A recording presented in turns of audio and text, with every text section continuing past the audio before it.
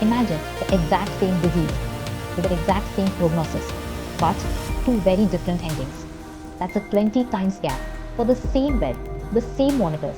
Reviewed comparison out of Chhattisgarh looked at total hospitalization spending. The family is carrying almost the entire weight of that bill alone. It's worth asking, why is this gap so large? India's tertiary government hospital infrastructure is very thin relative to the population. That's not really a free choice, is it?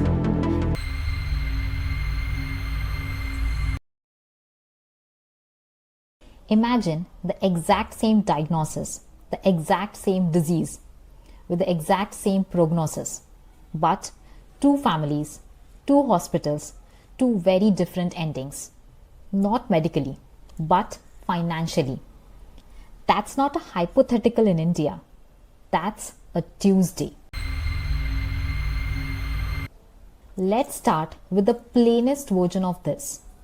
A day in an ICU in a government hospital has been estimated at somewhere around 1500 rupees.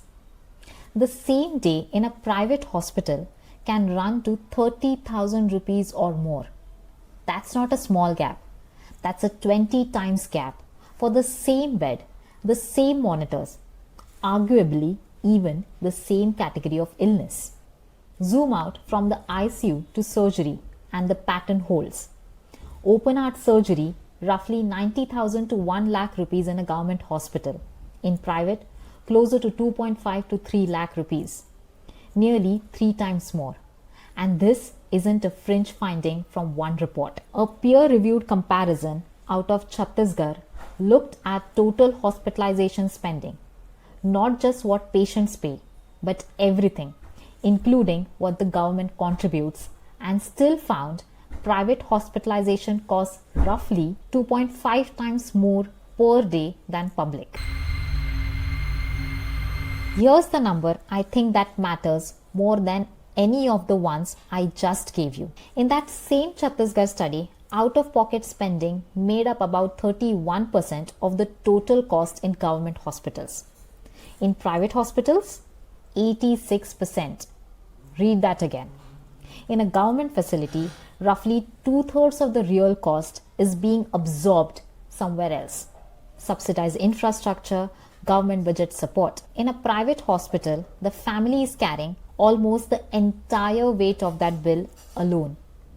This is the part that never makes into the conversation at the bedside. When a family chooses or is pushed towards a private hospital during a medical crisis, they are not just choosing a better paint on the walls or a shorter wait time. They are choosing to personally absorb a cost that in a public system would have been shared. It's worth asking, why is this gap so large? It's not just greed, though profit margins are a part of the honest answer. Private hospitals don't receive the supply side government funding that public hospitals do. They have to price in construction, equipment, staff salaries, and yes, a margin, because unlike a government hospital, a private hospital that doesn't turn profit closes. But there's a second, quieter reason families end up in private hospitals in the first place. That is capacity. India's tertiary government hospital infrastructure is very thin relative to the population that needs it. Much of the country's real ICU capacity, especially the advanced kind, the kind that matters in the end stage diseases, sits in the private sector. So, when a family is told their loved one needs a higher level of care, go private is not a preference. It's the only functioning option in that moment. That's not really a free choice, is it? That's a system quietly making the decision for the family and then handing them the bill as if they had chosen it.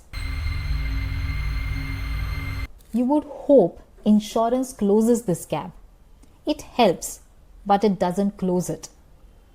Ayushman Bharat, India's flagship scheme, covers up to 5 lakh rupees a year for secondary and tertiary hospitalization for roughly bottom 40% of the population by income. That's a genuinely significant safety net for people who would otherwise have none. But two things sit uncomfortably next to this fact. First, critics have pointed out that a scheme meant to strengthen healthcare access has in practice disproportionately funneled patients and money towards private hospitals rather than building up public capacity.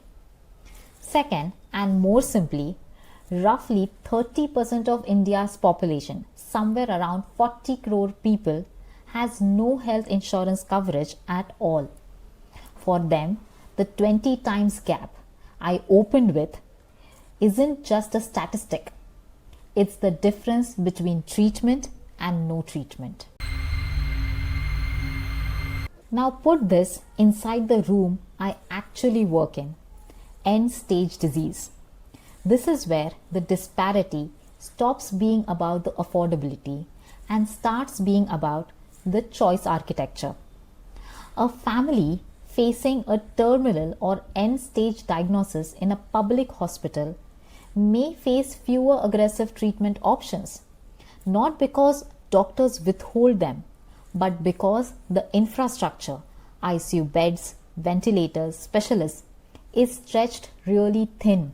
A family in a private hospital may face the opposite problem, nearly unlimited technical capability to prolong life at a cost that can bankrupt them, offered to them at the exact moment they are least equipped to make a calm financial decision. Neither system is handing that family an honest choice.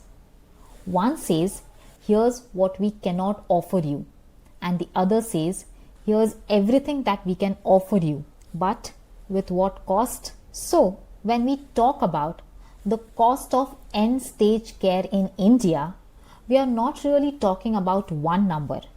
We are talking about two entirely different financial experiences of the same disease, split largely by the door the ambulance happened to drive through. That's not a healthcare gap, it's a wealth gap, wearing a hospital gown. This is the side of medicine I don't think gets talked about enough. Not the diagnosis, but everything that surrounds it. If you want more of these conversations, stick around. Thank you.